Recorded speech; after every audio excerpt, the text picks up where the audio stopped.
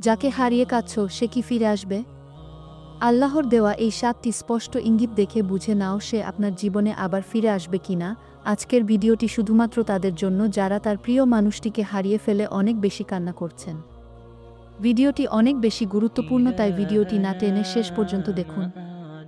এবং ভিডিওর শুরুতেই একটা লাইক দিয়ে বেশি বেশি ফ্রেন্ড অ্যান্ড ফ্যামিলির সাথে শেয়ার করুন এবং আমার চ্যানেলে নতুন দর্শক হয়ে থাকলে চ্যানেলটি সাবস্ক্রাইব করে পাশে থাকুন। চলুন শুরু করি আজকের ভিডিও। মানুষের জীবনে ভালোবাসা একটি অত্যন্ত গভীর অনুভূতি। যখন আমরা কাউকে মন থেকে ভালোবাসি তখন তাকে ছাড়া জীবন কল্পনা করাও কঠিন হয়ে যায়। কিন্তু জীবনের বাস্তবতা হলো সব সম্পর্ক সবসময় স্থায়ী হয় না। কখনো ভুল বোঝাবুঝি, কখনো দূরত্ব, কখনো ভাগ্যের কারণে প্রিয় মানুষটি দূরে চলে যায়। তখন হৃদয় ভেঙে যায়, চোখে পানি আসে, আর মনে একটাই প্রশ্ন ঘুরতে থাকে, যাকে হারিয়ে এত কাঁদছি সে কি আবার ফিরে আসবে? অনেকেই এই প্রশ্নের উত্তর খুঁজতে গিয়ে হতাশ হয়ে পড়েন। কিন্তু ইসলামের দৃষ্টিতে আল্লাহ তাআলা কখনোই তার বান্দাকে অকারণে কষ্ট দেন না।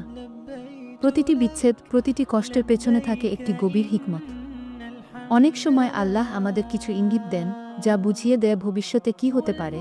আজ আমরা জানব আল্লাহর দেওয়া এমন ৭টি স্পষ্ট ইঙ্গিত যেগুলো অনেক সময় বুঝিয়ে দেয় যে মানুষটি চলে গেছে, সে আবার আপনার জীবনে ফিরে আসতে পারে। ১. বারবার তার কথা মনে পড়া এবং হৃদয়ে অদ্ভুত টান অনুভব করা। যখন কেউ আমাদের জীবনে খুব গুরুত্বপূর্ণ হয়ে ওঠে তখন তাকে ভুলে যাওয়া সহজ হয় না। কিন্তু অনেক সময় দেখা যায় কোনো কারণ ছাড়াই হঠাৎ তার কথা মনে পড়ছে, তার স্মৃতি বারবার হৃদয়ে জেগে উঠছে। ইসলামী দৃষ্টিতে বলা হয় মানুষের হৃদয় আল্লাহর হাতে। আল্লাহ চাইলে মানুষের অন্তরে অনুভূতি সৃষ্টি করেন। যদি দীর্ঘদিন পরেও সেই মানুষটির প্রতি আপনার মনে অদ্ভুত টান থেকে যায় তাহলে এটি কখনো কখনো একটি ইঙ্গিত হতে পারে যে আল্লাহ এখনও সেই সম্পর্কের দরজা পুরোপুরি বন্ধ করেননি। তবে এখানে একটি বিষয় মনে রাখা জরুরি, সব অনুভূতিই ফিরে আসার নিশ্চয়তা নয়। কিন্তু যখন এই অনুভূতি খুব গভীর এবং দীর্ঘস্থায়ী হয় তখন অনেক সময় এটি আল্লাহর পক্ষ থেকে একটি সংকেত হতে পারে। ২. স্বপ্নে বারবার সেই মানুষটিকে দেখা। অনেকেই বলেন প্রিয় মানুষটি চলে যাওয়ার পরেও তারা তাকে স্বপ্নে দেখেন। কখনো কথা বলতে দেখেন, কখনো হাসতে দেখেন, কখনো আবার একসাথে থাকার দৃশ্য দেখেন। ইসলামের স্বপ্ন ৩ ধরনের হয়। ১. আল্লাহর পক্ষ থেকে সত্য স্বপ্ন। ২. শয়তানের কুমন্ত্রণা। ৩. নিজের চিন্তা থেকে আসা স্বপ্ন। যদি আপনি বারবার শান্তিপূর্ণ এবং ভালো অনুভূতির স্বপ্নে সেই মানুষটিকে দেখেন তাহলে অনেক সময় এটি একটি ভালো ইঙ্গিত হতে পারে। আল্লাহ কখনো কখনো স্বপ্নের মাধ্যমে বান্দাকে কিছু ইঙ্গিত দেন, তবে স্বপ্নের উপর পুরো সিদ্ধান্ত নেওয়া ঠিক নয়, বরং এটিকে একটি সম্ভাব্য সংকেত হিসেবে দেখা উচিত। ৩. হঠাৎ করে আবার যোগাযোগের সুযোগ তৈরি হওয়া।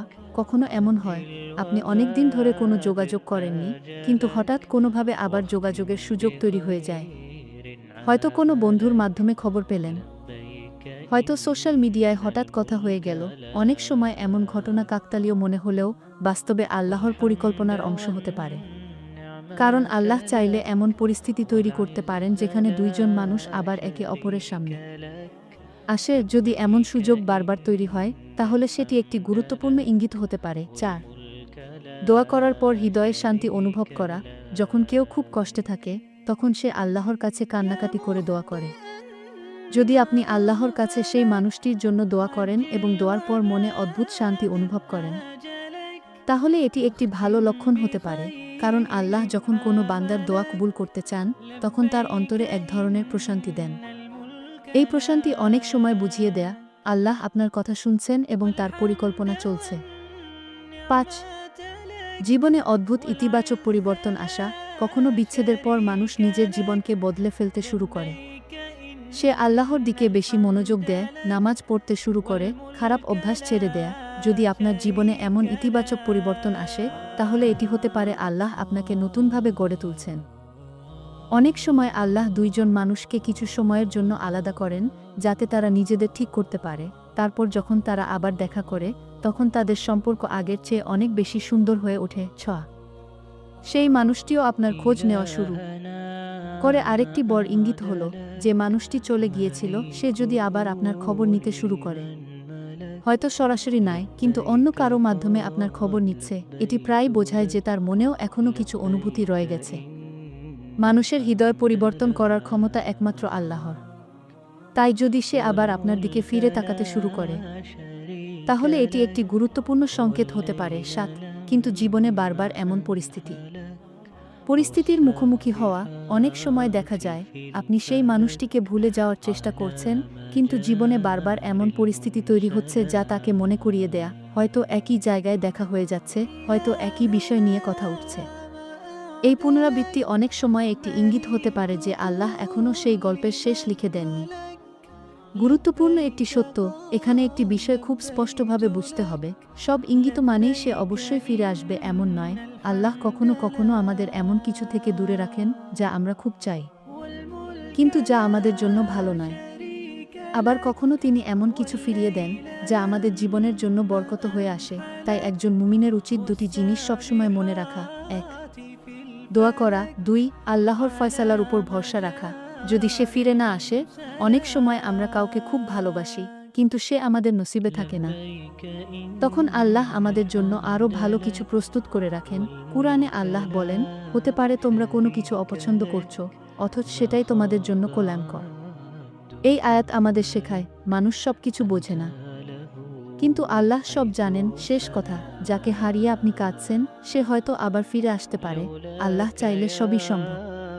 কিন্তু তার থেকেও বড় সত্য হলো, আল্লাহ কখনো তার বান্দাকে একা ছেড়ে দেন না। আপনি যদি সত্যিকারের ভালোবাসা পান, তাহলে সেটি আপনার জীবনে আবার ফিরে আসবে। আর যদি না আসে, তাহলে বুঝবেন আল্লাহ আপনার জন্য তার থেকেও ভালো কিছু রেখেছেন। তাই কাঁদুন, কিন্তু হতাশ হবেন না। দোয়া করুন, কিন্তু আল্লাহর সিদ্ধান্তের উপর ভরসা রাখুন, কারণ আল্লাহ যখন কোনো গল্প লেখেন, তখন সেই গল্পের শেষটা সবসময় সুন্দর হয়।